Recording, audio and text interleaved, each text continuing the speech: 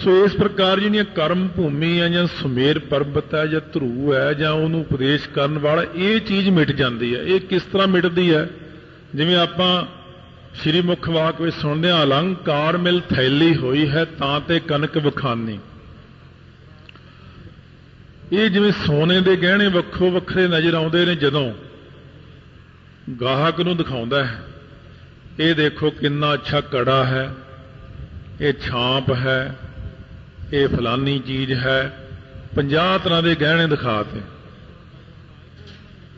उत्थे वखरेवा है, गाहक लई वखरेवा है, पर सुनियारे लई ते वो सोना ही है।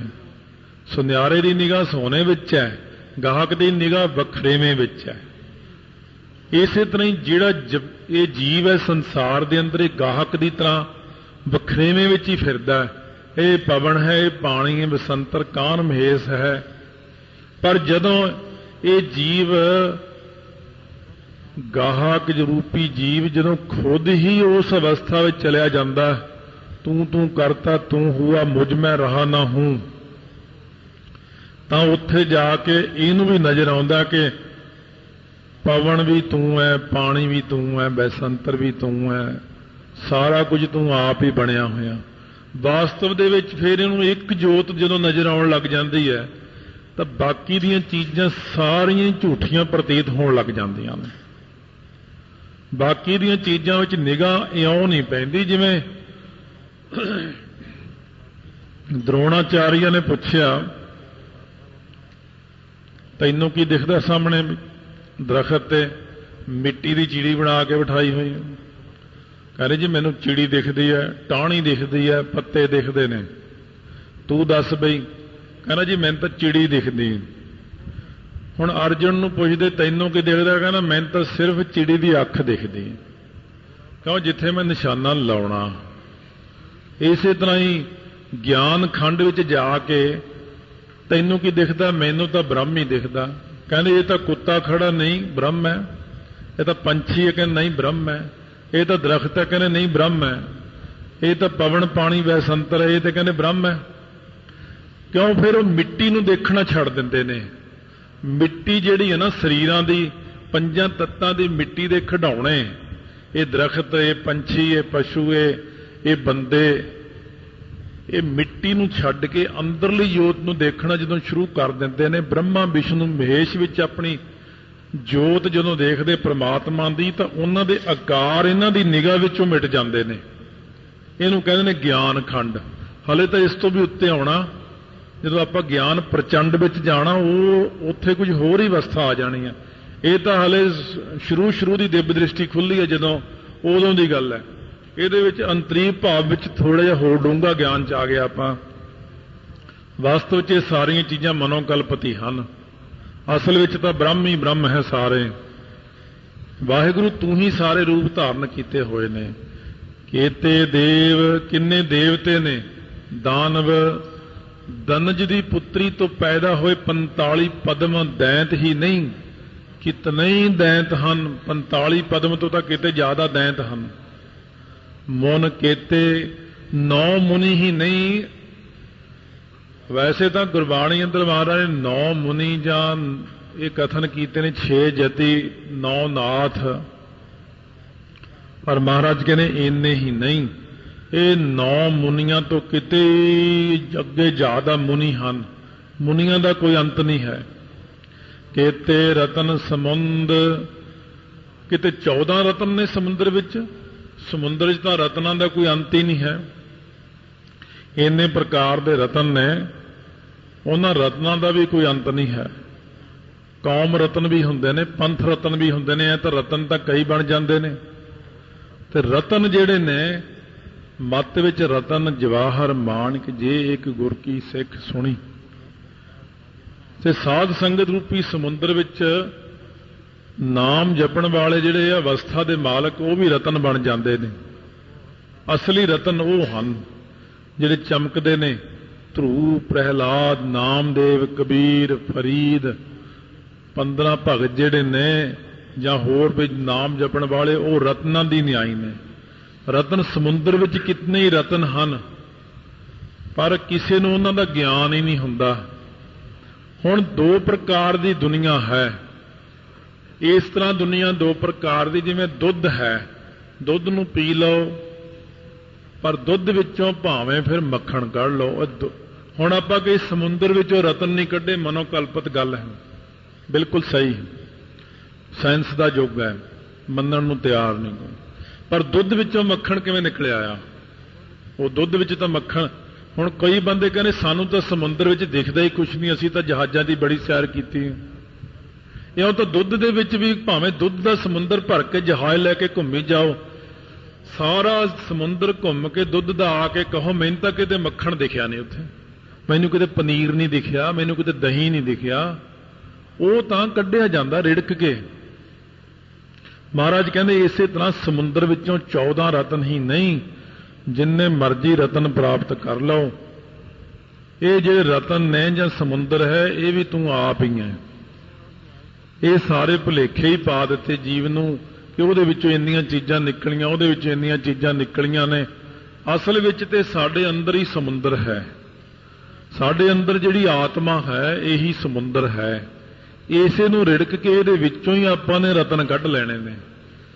ਗੁਰ ਸਾਗਰ ਰਤਨੀ ਭਰਪੂਰੇ, ਅੰਮ੍ਰਿਤ ਸੰਤ ਚੁਗੈ ਨਹੀਂ ਦੂਰੇ। ਗੁਰੂ ਗ੍ਰੰਥ ਸਾਹਿਬ ਦੀ ਬਾਣੀ ਨੂੰ ਜਿਹੜਾ ਪੜ੍ਹਨਾ ਨਾ ਪਿਆਰ ਨਾਲ, ਸਹਿਜ ਬਿਲੋਭ ਹੋ ਜੈਸੇ ਤਤ ਨਾ ਜਾਈ। ਜਿਹੜਾ ਬਾਣੀ ਨੂੰ ਪੜ੍ਹਨਾ ਨਾ ਮਤ ਵਿੱਚ ਰਤਨ ਜਵਾਹਰ ਮਾਣਕ, ਜੇ ਇੱਕ ਗੁਰ ਕੀ ਸਿੱਖ ਸੁਣੀ।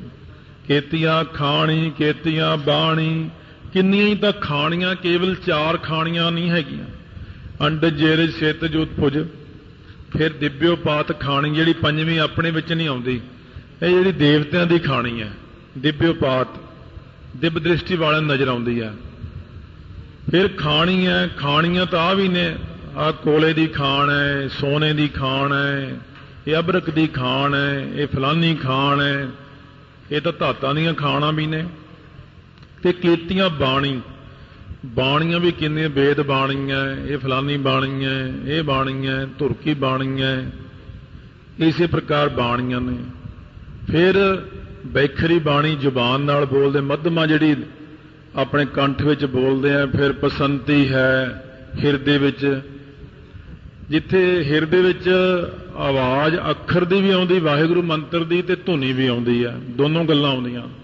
ਫਿਰ ਪਰਾਬਾਣੀ ਹੈ ਧੁਨੀ ਵਿੱਚ, ਪਰਾਬਾਣੀ ਸੰਕਲਪ ਮਾਤਰੀ ਚੱਲਦੀ ਹੈ। ਫਿਰ ਰੋਮਾਂ ਦੀ ਬਾਣੀ ਹੈ, ਰੋਮ ਰੋਮ ਵਿੱਚ ਸਿਮਰਨ ਹੁੰਦਾ। ਫਿਰ ਤੰਤਕ ਬਾਣੀ ਜਿਹੜੀ ਤੱਤਾਂ ਵਿੱਚੋਂ ਆਉਂਦੀ ਹੈ, ਜਿਵੇਂ ਅਗਨੀ, ਜਿਹੜੀ ਅਗਨੀ ਹੈ ਭੜ ਭੜ ਕਰਦੀ ਹੈ, ਪਾਣੀ ਕਲ ਕਲ ਕਰਦਾ ਹੈ, ਇਹ ਤੰਤਕ ਬਾਣੀ ਹੁੰਦੀ ਹੈ। ਇੱਕ ਪ੍ਰਾਕਿਰਤਕ ਬਾਣੀ ਹੁੰਦੀ ਹੈ। ਸੋ ਪ੍ਰਾਕਿਰਤਕ ਬਾਣੀ ਜਿਹੜੀ ਜਿਵੇਂ ਆਕਾਸ਼ ਬਾਣੀ ਹੋ ਗਈ ਕਿਸੇ ਨੂੰ, ਆਕਾਸ਼ ਵਿੱਚੋਂ। ਸੋ ਇਸੇ ਪ੍ਰਕਾਰ ਜਿਵੇਂ ਇਹਦੇ ਵਿੱਚ ਆਉਂਦੀ ਹੈ, ਜਿਵੇਂ ਵੇਦ ਬਾਣੀ ਹੈ। ਸੋ ਵੇਦ ਬਾਣੀ ਵਿੱਚ ਵੀ 3 ਪ੍ਰਕਾਰ ਦੀਆਂ ਬਾਣੀਆਂ ਅੱਗੇ ਬਣ ਜਾਂਦੀਆਂ ਨੇ। ਜਿਹੜੀਆਂ ਤਾਮਸੀ ਚੀਜ਼ਾਂ ਦਾ ਕਥਨ ਕਰਦੀਆਂ ਨੇ ਉਹਨੂੰ ਤਮੋ ਬਾਣੀ ਕਹਿੰਦੇ ਨੇ। ਤਾਮਸੀ ਚੀਜ਼ਾਂ ਦਾ ਕਥਨ ਕਰਨਾ, ਜਿਵੇਂ ਗਊ ਦਾ ਜੱਗ ਕਰਨਾ, ਉਹਦਾ ਮਿਹਦਾ ਕੱਢ ਕੇ ਗੋਮੇਧ ਜੱਗ, ਉਹ ਤਾਮਸੀ ਚੀਜ਼ਾਂ ਦਾ ਕਥਨ ਕਰਦੀਆਂ ਨੇ। ਇਸੇ ਪ੍ਰਕਾਰ ਜਿਹੜਾ ਕਰਮਕਾਂਡ ਦਾ ਕਥਨ ਕਰਦੀ ਵੇਦ ਬਾਣੀ, ਉਹਨੂੰ ਰਾਜਸੀ ਬਾਣੀ ਕਹਿੰਦੇ ਨੇ। ਜਿਹੜੀ ਉਪਾਸ਼ਨਾ ਜਾਂ ਗਿਆਨ ਦਾ ਕਥਨ ਕਰਦੀ ਆ, ਉਹਨੂੰ ਸ਼ਾਂਤ ਕੀ ਬਾਣੀ ਕਹਿੰਦੇ ਨੇ। ਇਸੇ ਪ੍ਰਕਾਰ ਹੀ ਇੱਕ ਆਮ ਬਾਣੀ ਆਉਂਦੀ ਹੈ ਜਿਹੜੀ ਚਾਰੇ ਪਾਸੇ ਫੈਲਦੀ, ਜਿਵੇਂ ਬੰਬ ਆਦਿਕ ਚੱਲ ਜਾਂਦਾ, ਤੋਪ ਚੱਲ ਜਾਂਦੀ ਹੈ। ਇਹ ਜਿਹੜੀ ਆਸੇ ਪਾਸੇ ਬਾਣੀ ਹੈ, ਇਹ ਵੀ ਆਵਾਜ਼ ਹੈ, ਇਹਨੂੰ ਵੀ ਬਾਣੀ ਕਹਿੰਦੇ ਨੇ। ਇਸੇ ਪ੍ਰਕਾਰ ਕਈ ਪ੍ਰਕਾਰ ਦੀਆਂ ਬਾਣੀਆਂ ਗਿਣੀਆਂ। ਮਹਾਰਾਜ ਕਹਿੰਦੇ ਇੱਕੋ ਬਾਣੀ ਨਹੀਂ, ਕੇਤੀਆਂ ਖਾਣੀ ਕੇਤੀਆਂ ਬਾਣੀ, ਕੇਤੇ ਪਾਤ ਨਰਿੰਦ। ਪਾਤ ਹੁੰਦੇ ਨੇ ਤਖਤ, ਤਖਤ ਦਾ ਨਰਿੰਦ ਮਾਲਕ ਕੌਣ, ਕਿੰਨੇ ਰਾਜੇ ਬੈਠੇ ਤਖਤਾਂ ਦੇ ਉੱਤੇ। ਕੇਤੀਆਂ ਸੁਰਤੀ, ਕਿੰਨੇ ਸੁਰਤੀਆਂ ਜੋੜਨ ਵਾਲੇ, ਸੁਰਤੀਆਂ ਪੜ੍ਹਨ ਵਾਲੇ, ਸੁਰਤੀਆਂ ਲਾਉਣ ਵਾਲੇ। ਸੇਵਕ ਕੇਤੇ, ਕਿੰਨੇ ਕੁ ਸੇਵਕ ਭਾਵ ਨੂੰ ਰੱਖਣ ਵਾਲੇ ਨੇ। ਨਾਨਕ ਅੰਤ ਨਾ, ਮਹਾਰਾਜ ਕਹਿੰਦੇ ਅੰਤ ਹੀ ਨਹੀਂ ਆਉਂਦਾ। ਗਿਆਨ ਖੰਡ ਵਿੱਚ ਜਾ ਕੇ ਬ੍ਰਹਮ ਦੀ ਸ੍ਰਿਸ਼ਟੀ ਦਾ ਅੰਤ ਨਹੀਂ ਆਉਂਦਾ। ਅੰਤ ਮਹਾਰਾਜ ਕਹਿੰਦੇ ਉਸੇ ਦਾ ਹੀ ਅੰਤ ਹੋ ਜਾਂਦਾ ਜਿਹੜਾ ਇਹਦਾ ਅੰਤ ਪਾਉਣ ਨੂੰ ਤੁਰਦਾ। ਕਿਉਂਕਿ ਬੁੱਢਾ ਹੋ ਜਾਂਦਾ, ਮਰ ਜਾਂਦਾ, ਫਿਰ ਜਨਮ ਲੈ ਲੈਂਦਾ, ਫਿਰ ਚੱਲ ਪੈਂਦਾ, ਫਿਰ ਮਰ ਜਾਂਦਾ। ਜਿਹੜਾ ਬੰਦਾ ਅੰਤ ਪਾਉਣ ਤੁਰਿਆ ਉਹ ਆਪ ਹੀ ਅੰਤ ਹੋ ਗਿਆ ਉਹਦਾ। ਪਰ ਉਹ ਬ੍ਰਹਮ ਦਾ ਅੰਤ ਨਹੀਂ, ਬ੍ਰਹਮ ਗਿਆਨੀ ਦਾ ਅੰਤ ਨਹੀਂ, ਗਿਆਨ ਖੰਡੀਆਂ ਦਾ ਅੰਤ ਨਹੀਂ। ਗਿਆਨ ਖੰਡ ਦਾ ਮਤਲਬ ਜਦੋਂ ਬ੍ਰਹਮ ਗਿਆਨ ਵਿੱਚ ਚਲਿਆ ਜਾਂਦਾ ਜੀਵ, ਉਹਨੂੰ ਆ ਜਿਹੜੀਆਂ ਚੀਜ਼ਾਂ ਨਜ਼ਰ ਆਉਂਦੀਆਂ ਨੇ ਇਹਨਾਂ ਦਾ ਕੋਈ ਅੰਤ ਨਹੀਂ। ਕਿਸੇ ਜੀਵ ਨੇ ਬ੍ਰਹਮ ਗਿਆਨੀ ਦਾ ਕੀ ਅੰਤ ਪਾਉਣਾ? ਮੰਨੇ ਕੀ ਗਤ ਕਹੀ ਨਾ ਜਾਏ, ਜੇ ਕੋ ਕਹੇ ਪਿੱਛੇ ਪਛਤਾਏ। ਇਸ ਕਰਕੇ ਕਿਸੇ ਦਾ ਬ੍ਰਹਮ ਦਾ ਜਿਹੜਾ ਅੰਤ ਹੈ, ਕਿਸੇ ਥਾਂ ਤੇ ਕੋਈ ਅੰਤ ਨਹੀਂ, ਪਰ ਉਸੇ ਦਾ ਹੀ ਅੰਤ ਹੋ ਜਾਂਦਾ ਜਿਹੜਾ ਉਹਦਾ ਅੰਤ ਪਾਉਣ ਦਾ ਯਤਨ ਕਰਦਾ। ਆਸ ਕਰਕੇ ਮਹਾਰਾਜ ਆਪਾਂ ਨੂੰ ਕਹਿੰਦੇ ਤੁਸੀਂ ਅੰਤ ਪਾਉਣ ਦਾ ਯਤਨ ਨਾ ਕਰੋ, ਅੰਤ ਨਾ ਪਾਓ, ਆਨੰਦ ਲਓ। ਮੱਛੀ ਸਮੁੰਦਰ ਦਾ ਆਨੰਦ ਲੈਂਦੀ ਹੈ, ਤਰ ਕੇ ਅੰਤ ਨਹੀਂ ਪਾਉਂਦੀ। ਪੰਛੀ ਆਕਾਸ਼ ਦਾ ਆਨੰਦ ਲੈਂਦਾ ਉੱਡ ਕੇ, ਪਰ ਉਹਦਾ ਅੰਤ ਨਹੀਂ ਪਾ ਸਕਦਾ। ਇਸੇ ਪ੍ਰਕਾਰ ਸਤਿਗੁਰੂ ਮਹਾਰਾਜ ਕਹਿੰਦੇ ਤੁਸੀਂ ਅੰਤ ਪਾਉਣ ਦਾ ਯਤਨ ਨਾ ਕਰੋ, ਆਨੰਦ ਲੈਣ ਦਾ ਯਤਨ ਕਰੋ। ਵਾਹਿਗੁਰੂ ਵਾਹਿਗੁਰੂ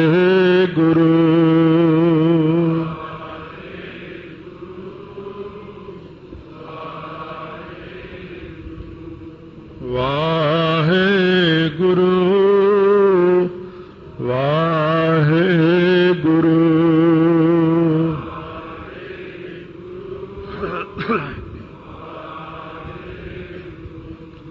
ਜਨ ਨਾਨਕ ਲੇਖਾ ਸਮਝਾ। 10 ਫਾਈਲਾਂ 10 ਕੇਸ ਤਿਆਰ ਨੇ ਕਿਸੇ ਬੰਦੇ ਉੱਤੇ, ਬੜੇ ਤਕੜੇ ਤਕੜੇ ਕੇਸ ਬਣੇ, ਤੇ ਜੇ ਹੋ ਜੇ ਕਿਰਪਾ 10 ਹੀ ਫਾਈਲਾਂ ਪਾੜ ਕੇ ਡਸਟਬਿਨ ਸੁੱਟ ਦਈਏ, ਬਾ ਖਤਮ। ਇਹ ਗਿਆਨ ਪਰੇ ਤੋਂ ਪਰੇ ਹੈ। ਜਿੰਨਾ ਕੁ ਜਗਿਆਸੂ ਅੱਗੇ ਬੈਠਾ ਹੁੰਦਾ ਉਹਨਾਂ ਕੁ ਗਿਆਨ ਦੇਣਾ ਹੀ ਯੋਗ ਰਹਿੰਦਾ।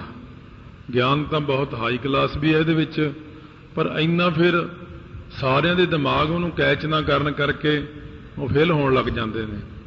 ਫੇਲ ਹੁੰਦਿਆਂ ਫਿਰ ਉਹ ਇਹ ਕਹਿਣ ਲੱਗ ਜਾਂਦੇ ਨੇ ਵੀ ਇਹ ਤਾਂ ਅਰਥ ਠੀਕ ਨਹੀਂ ਹੈਗੇ, ਇਹ ਤਾਂ ਸਾਨੂੰ ਸਮਝ ਨਹੀਂ ਲੱਗਦੇ, ਇਹ ਤਾਂ ਅਰਥ ਅਸੀਂ ਕਿਤੇ ਪੜ੍ਹੇ ਹੀ ਨਹੀਂ ਹੈਗੇ, ਇਹ ਤਾਂ ਅਰਥ ਹੀ ਗਲਤ ਹੋ ਰਹੇ ਨੇ।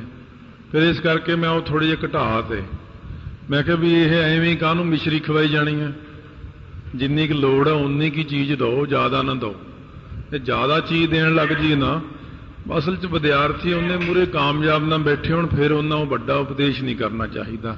ਜਿਹੜੀ 8ਵੀਂ ਕਲਾਸ ਹੈ ਉਹਨੂੰ 10ਵੀਂ ਦੀਆਂ ਕਿਤਾਬਾਂ ਪੜ੍ਹਾਉਣ ਲੱਗ ਜੇ, ਉਹਨਾਂ ਨੂੰ ਨਹੀਂ ਸਮਝ ਲੱਗਦੀ। ਉਹ ਜੇ 12ਵੀਂ ਨੇ ਪੜ੍ਹਾਉਣ ਲੱਗ ਜੇ ਬਿਲਕੁਲ ਨਹੀਂ ਸਮਝ ਲੱਗਣੀ ਹੈ। ਇਸ ਕਰਕੇ ਜਿਹੜੀ ਕਲਾਸ ਹੈ ਉਹਨੂੰ ਉਸੇ ਕਲਾਸ ਦਾ ਹੀ ਸਬਕ ਸਿਖਾਓ। ਬਸ ਇੰਨਾ ਕੁ ਹੈ ਵੀ ਆਪਾਂ ਸੌਖੇ ਸੌਖੇ ਹੀ ਅਰਥ ਵਿਚਾਰ ਕਰਦੇ ਹਾਂ। ਅਰਥ ਤਾਂ ਐਸੇ ਡੂੰਘੇ ਪਏ ਨੇ ਕਿ ਪਰ ਉਹਨਾਂ ਦਿਮਾਗ ਚਾਹੀਦਾ, ਉਹਨੀ ਬਿਰਤੀ ਚਾਹੀਦੀ ਬੰਦੇ ਦੀ, ਉਹਨੀ ਹਾਈ ਕਲਾਸ ਉਹਨੂੰ ਗਿਆਨ ਹੋਣਾ ਚਾਹੀਦਾ ਕਿ ਵਾਕਈ ਇਹ ਅਰਥ ਸਹੀ ਹਨ। ਜਦੋਂ ਮਨ ਦੇ ਅੰਦਰ ਆਪਣੇ ਭਰੋਸਾ ਆ ਗਿਆ ਤਾਂ ਸਤਿਗੁਰੂ ਮਹਾਰਾਜ ਆਪਣੇ ਤੇ ਫੇਰ ਕਦੇ ਬਖਸ਼ਿਸ਼ ਕਰ ਦੇਣਗੇ। ਸੋ ਆਓ ਮਹਾਰਾਜ ਸੱਚੇ ਪਾਤਸ਼ਾਹ 36ਵੀਂ ਪੌੜੀ ਵਿੱਚ ਬਖਸ਼ਿਸ਼ ਕਰ ਰਹੇ ਨੇ। ਗਿਆਨ ਖੰਡ ਮਹਿ ਗਿਆਨ ਪ੍ਰਚੰਡ। ਇਹ ਨਾਲ ਨਾਲ ਜਿਹੜੀਆਂ ਇੱਕ ਦੂਜੀ ਭਾ ਲੱਖ ਹੋਏ ਤੋਂ ਸ਼ੁਭ ਇੱਛਾ ਸ਼ੁਰੂ ਹੋਈ ਸੀ। ਸ਼ੁਭ ਇੱਛਾ ਫਿਰ ਆਈ ਸੀ, ਉਸ ਤੋਂ ਅਗਲੀ ਪੌੜੀ ਦੇ ਵਿੱਚ ਸ਼ੁਭ ਵਿਚਾਰਨਾ। ਤੋ ਇਹਦੇ ਵਿੱਚ ਵੀ ਨਾਲ ਨਾਲ ਇੱਕ ਹੋਰ ਚੀਜ਼ ਚੱਲਦੀ ਹੈ, ਇੱਕ ਅਵਸਥਾ ਹੈ ਜਿਹੜੀ ਇਹਦੇ ਵਿੱਚ ਦਰਜੇ ਨੇ ਵੱਖੋ ਵੱਖਰੇ। ਇਹ ਜਿਹੜਾ ਇੱਕ ਦੂਜੀ ਭਾ ਲੱਖ ਹੋਇਆ ਇਹ ਜਗਿਆਸੂ ਦੀ ਅਵਸਥਾ ਹੈ। ਸ਼ੁਭ ਇੱਛਾ, ਜਗਿਆਸੂ ਦਾ ਅੱਖਰੀ ਅਰਥ ਹੈ ਜਾ ਤੇ ਗ੍ਰਹਿ ਤੇ ਆਸੂ। ਜਾ ਪੈਦਾ ਹੋਣਾ, ਗੇ ਗਿਆਨ ਦੀ ਆਸ। ਜਿਹਦੇ ਮਨ ਦੇ ਅੰਦਰ ਗਿਆਨ ਦੇ ਪੈਦਾ ਹੋਣ ਦੀ ਆਸ ਹੋਵੇ ਉਹਨੂੰ ਜਗਿਆਸੂ ਕਹਿੰਦੇ। ਇਹ ਜਗਿਆਸੂ ਜਿਹੜਾ ਸ਼ੁਭ ਇੱਛਾ ਵਾਲਾ ਕਹਿੰਦਾ ਇੱਕ ਜੀਭਾਂ ਤੋਂ ਲੱਖਾਂ ਹੋ ਜਾਣ, ਲੱਖਾਂ ਤੋਂ ਫਿਰ ਲੱਖਾਂ ਹੋ ਜਾਣ। ਸੋ ਇਸੇ ਪ੍ਰਕਾਰ ਇਹਦੇ ਵਿੱਚ ਜਾ ਕੇ ਅੱਗੇ ਫਿਰ ਸਤਸੰਗੀ ਪੁਰਸ਼ ਦੀ ਅਵਸਥਾ ਆਉਂਦੀ ਹੈ। ਸਤਸੰਗੀ ਪੁਰਸ਼ ਦੀ ਅਵਸਥਾ ਜਿਹੜੀ ਹੈ ਰਾਤੀ ਰੁੱਤੀ ਥਿੱਤੀ ਵਾਰ ਪਵਨ ਪਾਣੀ ਅਗਨੀ ਪਾਤਾਲ। ਇਸੇ ਤਰ੍ਹਾਂ ਹੀ ਇਹ ਸ਼ੁਭ ਵਿਚਾਰਨਾ। ਫਿਰ ਇਹਦੇ ਵਿੱਚ ਸ਼ੁਭ ਇੱਛਾ, ਸ਼ੁਭ ਵਿਚਾਰਨਾ, ਸਤਵਾ ਪਤ, ਇਹ ਤੀਸਰੀ ਅਵਸਥਾ ਹੈ। ਇਹਦੇ 'ਚ ਜਿਹੜਾ ਧਰਮ ਖੰਡ ਕਾ ਇਹੋ ਧਰਮ ਗਿਆਨ ਖੰਡ ਕਾ ਆਖੋ ਕਰਮ ਆਪਾਂ ਪੜ੍ਹ ਆਏ ਆ। ਕੇਤੇ ਪਵਨ ਪਾਣੀ ਵੈਸੰਤਰ ਕੇਤੇ ਕਾਨ ਮਹੇਸ਼। ਇੱਕ ਤਾਂ ਇੱਕ ਤਰ੍ਹਾਂ ਦੀ ਦਿਵ ਦ੍ਰਿਸ਼ਟੀ ਖੁੱਲੀ ਹੈ। ਮਤਲਬ ਕਹਿਣ ਦਾ ਪਹਿਲਾਂ ਸ਼ੁਰੂ ਦੇ ਵਿੱਚ ਗੁਰੂ ਨਾਨਕ ਸਾਹਿਬ ਕਹਿੰਦੇ ਜੇ ਸ਼ੁਰੂ 'ਚ ਅਵਸਥਾ ਬਣਦੀ ਹੈ ਤਾਂ ਆਹ ਸਾਰੇ ਨਜ਼ਰ ਆਉਂਦੇ ਨੇ। ਪਹਿਲਾਂ ਡਾਇਰੈਕਟ ਪਰਮੇਸ਼ਰ ਨਜ਼ਰ ਨਹੀਂ ਆਉਂਦੇ, ਪਹਿਲਾਂ ਤਾਂ ਕੁਝ ਹੋਰ ਹੀ ਦਿਖਣ ਲੱਗ ਪੈਂਦਾ। ਇਹ ਜਿਹੜੀ ਅਵਸਥਾ ਹੈ ਇਹ ਸਤਸੰਗੀ ਪੁਰਸ਼ਾਂ ਦੀ ਅਵਸਥਾ ਬਣਦੀ ਸੰਗਤ ਵਿੱਚ ਆ ਕੇ। ਹੁਣ ਸਤਿਗੁਰੂ ਮਹਾਰਾਜ ਜੀ ਸੇਵਕ ਦਾ ਦਰਜਾ ਦੱਸਦੇ ਨੇ। ਤਨੂ ਮਾਨਸਾ, ਜਿੱਥੇ ਜਾ ਕੇ ਮਨ ਦੀਆਂ ਸਾਰੀਆਂ ਵਾਸ਼ਨਾਵਾਂ ਮਿਟ ਜਾਂਦੀਆਂ ਨੇ। ਇਹ ਕਥਾ ਦੇ ਸ਼ੁਰੂ ਵਿੱਚ ਸਾਰੀਆਂ ਆਪਾਂ ਸੁਣਾ ਚੁੱਕੇ ਹਾਂ। ਸ਼ੁਭ ਇੱਛਾ, ਸ਼ੁਭ ਵਿਚਾਰਨਾ, ਤਨੂ ਮਾਨਸਾ, ਫਿਰ ਸਤਵਾ ਪਦ, ਚੌਥੀ ਅਵਸਥਾ ਹੈ। ਤੇ ਇਸ ਤਰ੍ਹਾਂ ਹੁਣ ਸੇਵਕ ਦਾ ਦਰਜਾ ਜਿਹੜਾ ਹੈ ਉਹ ਕਥਨ ਕਰਦੇ ਨੇ। ਗਿਆਨ ਖੰਡ ਮਹਿ ਗਿਆਨ ਪ੍ਰਚੰਡ। ਜਦੋਂ ਇਨਸਾਨ ਗਿਆਨ ਖੰਡ ਵਿੱਚ ਚਲਿਆ ਜਾਂਦਾ, ਗਿਆਨ ਖੰਡ ਕਾ ਆਖੋ ਕਰਮ। ਗਿਆਨ ਖੰਡ ਦੇ ਸ਼ੁਰੂ ਦਾ ਕਰਮ ਤਾਂ ਹੈ ਕੇਤੇ ਪਵਨ ਪਾਣੀ ਵੈਸੰਤਰ ਕੇਤੇ ਕਾਨ ਮਹੇਸ਼। ਪਰ ਜਦੋਂ ਗਿਆਨ ਖੰਡ ਦਾ ਅੰਤਮ ਚਰਨ ਸ਼ੁਰੂ ਹੁੰਦਾ ਹੈ ਤਾਂ ਉੱਥੇ ਪ੍ਰਚੰਡ ਗਿਆਨ, ਤਿੱਖਾ ਗਿਆਨ, ਬਹੁਲਤਾ ਵਾਲਾ ਗਿਆਨ ਪ੍ਰਗਟ ਹੁੰਦਾ। ਇੰਨਾ ਜ਼ਬਰਦਸਤ ਗਿਆਨ ਹੁੰਦਾ ਹੈ। ਇੱਕ ਗਿਆਨ ਤਾਂ ਉਹ ਹੁੰਦਾ ਹੈ ਵੀ ਕਿਸੇ ਨੂੰ ਆਪਾਂ ਕਹੀਏ ਕਿ ਮੈਨੂੰ ਆਹ ਗੱਲ ਬਾਰੇ ਦੱਸੋ, ਫਲਾਨਾ ਬੰਦਾ ਕਿੱਥੇ ਆ, ਕਿਵੇਂ, ਉਹ ਕਹਿੰਦਾ ਚੰਗਾ ਸਵੇਰੇ ਆਈ। ਉਹ ਰਾਤ ਨੂੰ ਸਮਾਧੀ ਲਾ ਕੇ ਬੈਠ ਕੇ ਦੇਖਦੇ ਨੇ। ਇੱਕ ਗਿਆਨ ਉਹ ਹੁੰਦਾ ਹੈ ਜਿਵੇਂ ਸਤਿਗੁਰੂ ਕੋਲੇ ਹੈ ਜਾਂ ਪੂਰਨ ਬ੍ਰਹਮ ਗਿਆਨੀ ਕੋਲੇ ਹੈ। ਜਾਂਦਿਆਂ ਸਾਰੀ ਪੁੱਛੀਏ ਮਹਾਰਾਜ ਆਹ ਫਲਾਨਾ, ਉਹ ਕਹਿੰਦੇ ਉਹ ਫਲਾਣੇ ਥਾਂ ਤੇ ਆ। ਜਿਨ੍ਹਾਂ ਨੂੰ ਧਰਤੀ ਅਤੇ ਬ੍ਰਹਿਮੰਡ ਇਉਂ ਨਜ਼ਰ ਆਉਂਦੇ ਨੇ ਜਿਵੇਂ ਆਪਾਂ ਨੂੰ ਹੱਥ ਤੇ ਰੱਖਿਆ ਹੋਇਆ ਕੋਈ ਪਦਾਰਥ ਨਜ਼ਰ ਆ ਜਾਂਦਾ। ਜਿਵੇਂ ਔਲਾ, ਸੰਗਤਰਾ, ਸੇਬ ਹੱਥ ਤੇ ਰੱਖੀਏ ਉਹ ਸਾਹਮਣੇ ਹੀ ਨਜ਼ਰ ਆਉਂਦਾ। ਇਸ ਤਰ੍ਹਾਂ ਗਿਆਨ ਪ੍ਰਚੰਡ ਵਾਲਿਆਂ ਨੂੰ ਸਾਰੀਆਂ ਚੀਜ਼ਾਂ ਬਿਲਕੁਲ ਸਾਹਮਣੇ ਹੀ ਨਜ਼ਰ ਆ ਰਹੀਆਂ ਹੁੰਦੀਆਂ ਨੇ। ਉਹਨਾਂ ਨੂੰ ਜ਼ਿਆਦਾ ਪੁੱਛਣ ਦੀ ਲੋੜ ਨਹੀਂ ਪੈਂਦੀ। ਪ੍ਰਚੰਡ ਗਿਆਨ ਉਹਨਾਂ ਦੇ ਅੰਦਰ, ਤਿੱਖਾ ਗਿਆਨ ਪ੍ਰਗਟ ਹੋ ਜਾਂਦਾ। ਇੰਨਾ ਵੱਡਾ ਗਿਆਨ ਕਿ ਬ੍ਰਹਮ ਗਿਆਨ ਤੱਕ ਇਹ ਸੇਵਕ ਦਾ ਦਰਜਾ ਹੈ। ਸੇਵਕ ਉੱਥੇ ਤੱਕ ਪਹੁੰਚ ਜਾਂਦਾ ਜਿੱਥੇ ਜਾ ਕੇ ਸਾਰੀਆਂ ਜਿਹੜੀਆਂ ਨੇ 42 ਭਾਵ ਫੁਰਦੇ ਨੇ ਸਤਵਾ ਪਦ ਵਿੱਚ। ਜਿਵੇਂ ਸੁੱਤਾ ਪਿਆ ਬੰਦਾ ਜਾਗ ਪੈਂਦਾ ਹੈ ਨਾ, ਸੁੱਤਾ ਮੋਇਆ ਇੱਕ ਬਰਾਬਰ ਹੁੰਦਾ। ਪਰ ਜਦੋਂ ਸੁੱਤਾ ਪਿਆ ਬੰਦਾ ਉੱਠ ਕੇ ਬੈਠਾ ਹੋ ਜਾਵੇ, ਉਹਦਾ ਸਾਰੀ ਕਿਰਿਆ ਚੱਲ ਪੈਂਦੀ, ਅੱਖਾਂ ਦੇਖਣ ਲੱਗ ਜਾਂਦੀਆਂ, ਕੰਨ ਸੁਣਨ ਲੱਗ ਜਾਂਦੇ ਨੇ। ਇਸੇ ਤਰ੍ਹਾਂ ਹੀ ਜਦੋਂ ਸੁੱਤਾ ਹੋਇਆ ਮਨ ਜਾਗਦਾ ਹੈ ਤੇ ਇੱਕਦਮ ਜਾਗਰਤ ਅਵਸਥਾ ਪ੍ਰਗਟ ਹੋ ਜਾਂਦੀ। ਜਦੋਂ ਬੰਦੇ ਦੇ ਅੰਦਰ ਸਿਮਰਨ ਕਰਦੇ ਆ, ਤਿੱਥੈ ਨਾਦ, ਨਾਦ ਕਹਿੰਦੇ ਸ਼ਰਵਣ ਕਰਨ ਨੂੰ, ਸੁਣ ਕੇ ਬੜਾ ਆਨੰਦ ਆਉਂਦਾ।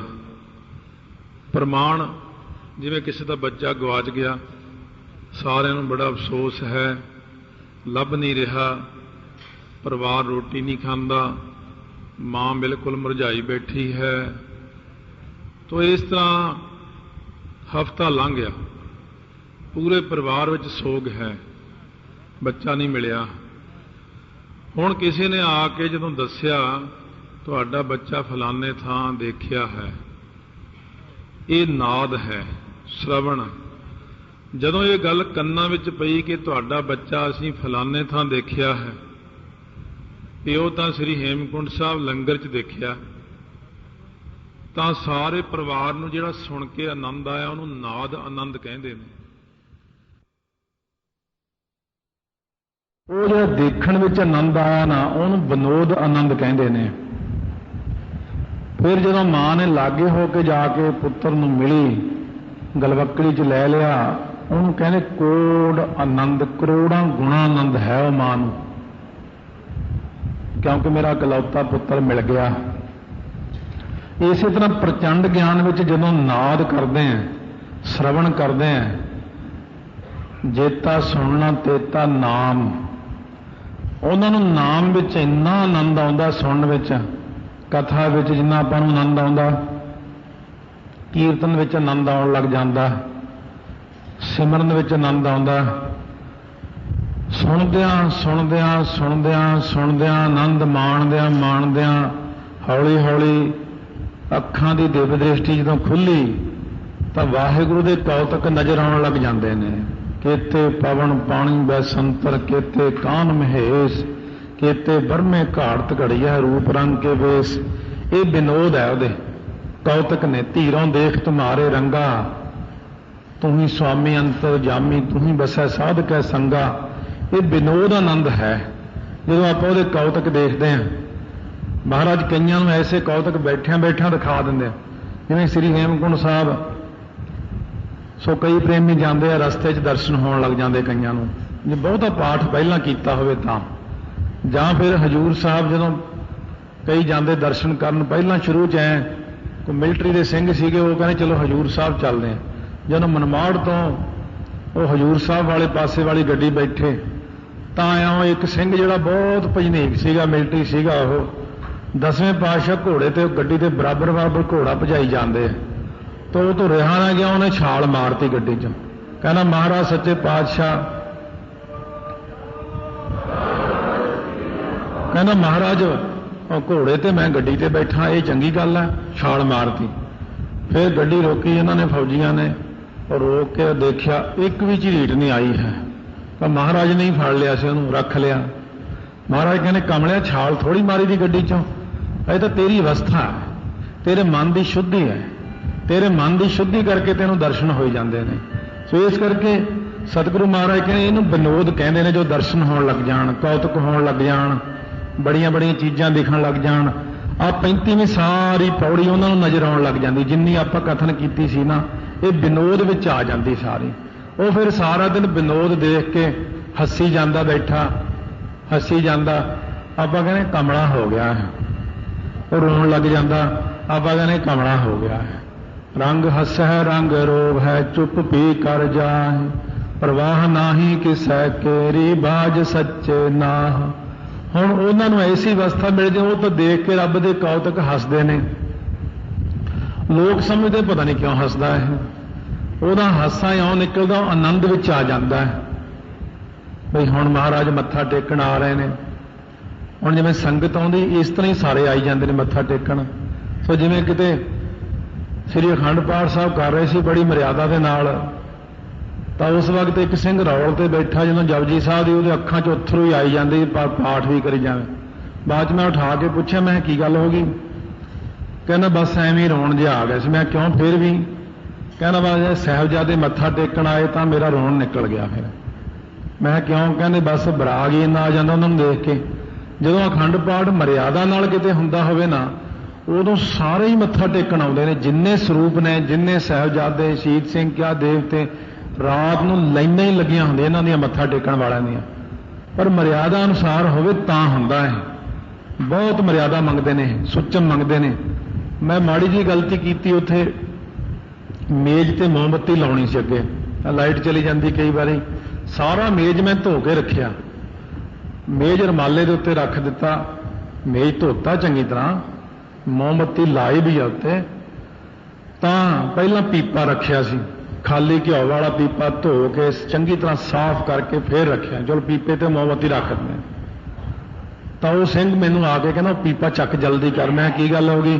ਕਹਿੰਦਾ ਮੈਨੂੰ ਘੂਰੀ ਜਾਂਦੇ ਨੇ ਆ ਕੇ, ਕਹਿੰਦੇ ਪੀਪਾ ਬੀੜੀਆਂ ਸਿਗਰਟਾਂ ਦੇ ਹੱਥ ਲੱਗੇ ਹੁੰਦੇ, ਤੁਸੀਂ ਪੀਪਾ ਚੱਕ ਕੇ ਰੱਖਤਾ ਉੱਤੇ, ਤੁਹਾਨੂੰ ਸ਼ਰਮ ਨਹੀਂ ਆਉਂਦੀ ਤੁਹਾਨੂੰ? ਉਹਦੀ ਪੀਪਾ ਚੱਕਦਾ ਸੀ। ਫਿਰ ਮੈਂ ਚਲੋ ਮੇਜ਼ ਰੱਖ ਦਿੰਦੇ ਧੋ ਕੇ। ਜਦ ਧੋ ਕੇ ਮੇਜ਼ ਰੱਖਿਆ, ਉਹ ਕਹਿੰਦਾ ਮੇਜ਼ ਧੋ ਲਿਆ? ਮੈਂ ਧੋ ਲਿਆ। ਕਹਿੰਦੇ ਉਹ ਕਹਿੰਦੇ ਜਿਹੜੇ ਮੇਜ਼ ਦੇ ਥੱਲੇ ਵਾਲੇ ਪੈਰ ਜੇ ਜਿੱਥੇ ਮਿੱਟੀ ਲੱਗਦੀ ਉਹ ਤਾਂ ਧੋਤਾ ਨਹੀਂ। ਮੈਂ ਕਿਹਾ ਹਾਂ ਤਾਂ ਧੋਤਾ ਨਹੀਂ। ਕਹਿੰਦਾ ਉਹ ਵੀ ਚੱਕ ਫਟਾਫਟ।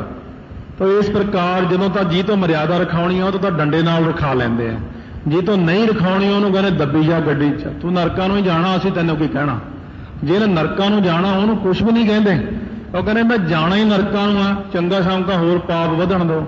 ਜਿਹਨੂੰ ਸੱਚਖੰਡ ਨੂੰ ਲੈ ਕੇ ਜਾਣਾ, ਉਹ ਤੋਂ ਗਲਤੀ ਹੋਣ ਹੀ ਨਹੀਂ ਦਿੰਦੇ, ਨਾ ਉਹਨੂੰ ਗੁਨਾਹ ਕਰਨ ਦੇਣ, ਨਾ ਉਹਨੂੰ ਕਿਤੇ ਪੰਜੀ ਖਾਣ ਦੇਣ। ਜੇ ਖਾ ਵੀ ਲੈਂਦਾ 500 ਰੁਪਏ ਨਿਕਲ ਜਾਂਦਾ ਨਾ, 5 ਪੈਸੇ ਖਾਂਦੇ ਹੀ 500 ਨਿਕਲ ਜਾਂਦਾ। ਇਸ ਤਰ੍ਹਾਂ ਆਪਣੇ ਪਿਆਰਿਆਂ ਨੂੰ ਜਦੋਂ ਵਿਨੋਦ ਅਵਸਥਾ ਚੱਲ ਜਾਂਦੇ ਨੇ, ਤਾਂ ਉਦੋਂ ਕੌਤਕ ਹੋਣ ਲੱਗ ਜਾਂਦੇ ਉਹਦੇ ਨਾਲ। ਕੌਤਕ ਹੁੰਦਿਆਂ ਹੁੰਦਿਆਂ ਉਹਨੂੰ ਸੁਧਾਰਨ ਲੱਗ ਜਾਂਦੇ ਨੇ, ਆਵਾਜ਼ ਆਉਣ ਲੱਗ ਜਾਂਦੀ, ਬਕਾਇਦਾ ਆਵਾਜ਼ ਆਉਂਦੀ, ਆਹ ਕੰਮ ਕਰਨਾ, ਆਹ ਕੰਮ ਨਹੀਂ ਕਰਨਾ, ਇੱਧਰ ਜਾਣਾ, ਇੱਧਰ ਨਹੀਂ ਜਾਣਾ, ਰਸਤੇ 'ਚ ਦੱਸੀ ਜਾਂਦੇ ਆ, ਹਰ ਗੱਲ ਦੱਸਦੇ ਮਹਾਰਾਜ। ਇਹ ਵਿਨੋਦ ਅਵਸਥਾ ਕਹਿੰਦੇ, ਕਿਸੇ ਕਿਸੇ ਜੀਵ ਦੇ ਆਉਂਦੀ, ਸਾਰਿਆਂ ਦੀ ਨਹੀਂ, ਬਹੁਤ ਘੱਟ ਬੰਦੇ ਇਹ ਜੇ ਦੇਖੇ ਨੇ।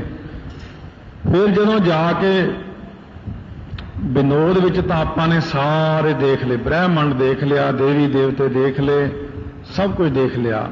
ਦੇਖਦਿਆਂ ਦੇਖਦਿਆਂ ਦੇਖਦਿਆਂ ਇੱਕ ਦਿਨ ਫਿਰ ਵਾਹਿਗੁਰੂ ਦੀ ਇਹੋ ਜਿਹੀ ਵੀ ਕਿਰਪਾ ਹੁੰਦੀ ਹੈ, ਜਦੋਂ ਖੁਦ ਆਪ ਅਕਾਲ ਪੁਰਖ ਦਰਸ਼ਨ ਬਖਸ਼ਦੇ ਨੇ। ਜਿਵੇਂ ਇੱਕ ਸਿੰਘ ਨੂੰ 35 ਸਾਲ ਕਰੜੀ ਕਾਲ ਘਮਾਈ ਤੋਂ ਬਾਅਦ ਇਹ ਕੋੜ ਆਨੰਦ ਦੀ ਅਵਸਥਾ ਆਈ ਸੀ। ਪਹਿਲਾਂ ਨਾਦ ਅਵਸਥਾ ਸੀ ਉਹਦੀ, ਫਿਰ ਵਿਨੋਦ ਅਵਸਥਾ ਆਈ। ਜਦੋਂ ਕੋੜ ਆਨੰਦ ਦੀ ਅਵਸਥਾ ਆਈ ਤਾਂ ਇੰਨਾ ਰੰਗਿਆ ਗਿਆ ਸੀ ਉਹ, ਜਦੋਂ ਸਾਖਿਆਤ ਮਹਾਰਾਜ ਨੇ ਦਰਸ਼ਨ ਬਖਸ਼ੇ ਉਹਨੂੰ, ਤਾਂ ਉਹਨੂੰ ਕਹਿੰਦੇ ਕੋੜ ਆਨੰਦ, ਕਰੋੜਾਂ ਗੁਣਾ ਆਨੰਦ ਪ੍ਰਾਪਤ ਹੁੰਦਾ ਜਦੋਂ ਅਕਾਲ ਪੁਰਖ ਦੇ ਦਰਸ਼ਨ ਹੁੰਦੇ ਨੇ। ਇਹ ਸੇਵਕ ਦੀ ਅਵਸਥਾ 2 ਪੰਕਤੀਆਂ ਵਿੱਚ ਹੀ ਕਥਨ ਕੀਤੀ ਹੈ।